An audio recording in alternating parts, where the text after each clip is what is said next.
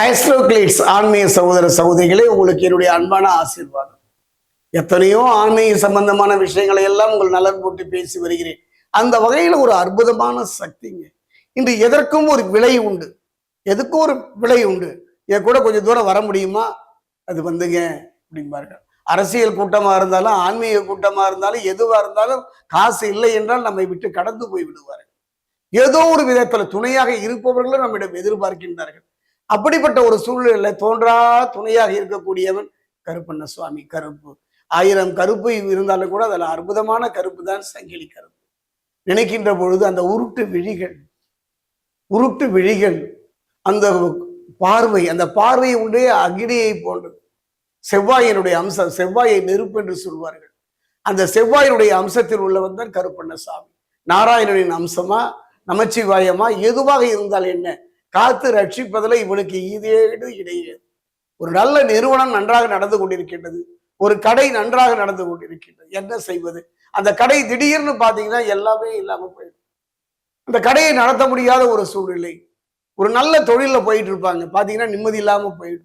இப்படி ஏதோ ஒரு தடங்களும் வாழ்க்கையில தொழில வந்துட்டு தான் இருக்கும். அதுக்கு பேர் திருஷ்டின்னு சொல்லுவாங்க. ஒரு நிகழ்வை சொல்கின்றேன். ஒரு நண்பர், அவரும் நானும் இன்னொரு நண்பரை பார்க்க செல்கின்றோம். அவர் சும்மா போகாம தன்னுடைய 2 வயது குழந்தையை அழைத்து செல்கின்றார். அந்த குழந்தையை அந்த நண்பர் பார்க்க, என்ன அழகு, என்ன அழகு. மறுநாள் காலைல ஜுரங்க. நல்லா இருந்த குழந்தைக்கு கடுமையான ஜுரம். கண்ணின் பார்வை, ஒரு மனிதன் உடம்புலேயே ஆபத்தானது 2 தான். ஒண்ணு நாக்கு, இன்னொன்னு கண்ணு.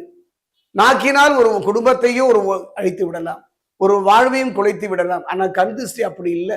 கண் திருஷ்டியே நம்முடைய இந்து தர்மத்துல முதன்மையா கொண்டாடுறாங்க. கண் திருஷ்டி அதாவது சொல்லுவாங்க, கண் திருஷ்டி அதாவது எந்த திருஷ்டி பட்டாலும் கண் திருஷ்டி படக்கூடாதுன்னு.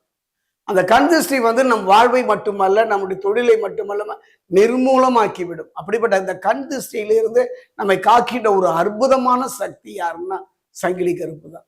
சங்கிலி கருப்பன் அந்த ஆலயம் சென்று அவரை மனமுருக வழிங்க. அந்த ஆலயத்தில் தரக்கூடிய விபூதியையோ பஸ்பத்தையோ கொண்டு வந்து நீரிலை கரைத்து நம் வீடு முழுவதும் சுற்றுப்புறங்கள் முறையில் தூவி வச்சிட்டாலே போதும். அது மட்டும் கிடையாது, சங்கிலி கருப்புக்கு இன்னொரு சிறப்பு உண்டு. அடுக்கிக் கொண்டே போகலாம். சங்கிலி கருப்புடைய பெருமை அருமை நம்ம வாழ்க்கையில தீர்த்து விடுகின்றேன், அழித்து விடுகின்றேன், இல்லாமல் செய்து விடுகின்றேன் என்று யாரோலோ நீங்கள் மிரட்டப்படும் பொழுது, உருட்டப்படும் பொழுது அந்த நிலையிலிருந்து உங்களை காக்கின்ற ஒரு அற்புதமான சக்தி தான் சங்கிலி கருப்பு. சங்கிலி கருப்பை பொறுத்தவரைக்கும் திருஷ்டி ஆண்டவனாக இருந்தாலும் கூட அவருடைய கன்னத்திலே சிறு கரும்புள்ளியை வைக்கின்றார். திருஷ்டியிலிருந்து ஒரு ஆலயம் கட்டுறீங்க, ஒரு கோயில் கட்டுறீங்க, ஒரு புதிய மனை புகுவிழா நடத்துறீங்க, ஒரு புதியதாக திருமணம் நடத்துகின்றீர்கள், அப்படிதெல்லாம் பார்த்தீங்கன்னா கருப்புசாமி ஆலயம் போங்க.